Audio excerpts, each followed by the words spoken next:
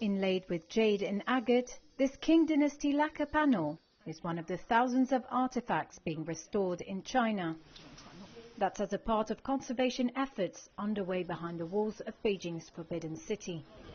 A government-arranged tour on Friday gave a glimpse of the work taking place at the Palace Museum. Here is conservator Sun Oyu. This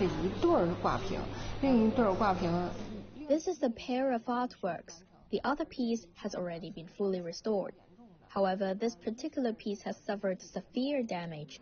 Firstly, its overall structure has cracks. Additionally, it has over 100 inlaid pieces, all of which have fallen or become loose. For this artifact, the wooden structure is first repaired by the wood group, and then a layer of lacquer paint is restored by the lacquer restoration team.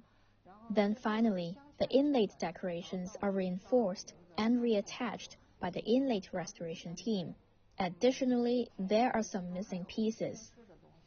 2025 marks the 100th anniversary of the Palace Museum, which will open a new branch later this year. The new venue could triple the number of pieces on display.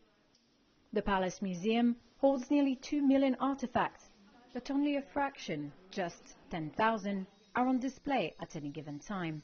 Over the past decade, the restoration of China's imperial treasures has gained momentum. That's been driven by President Xi Jinping's efforts to preserve China's heritage and project its cultural power on the global stage.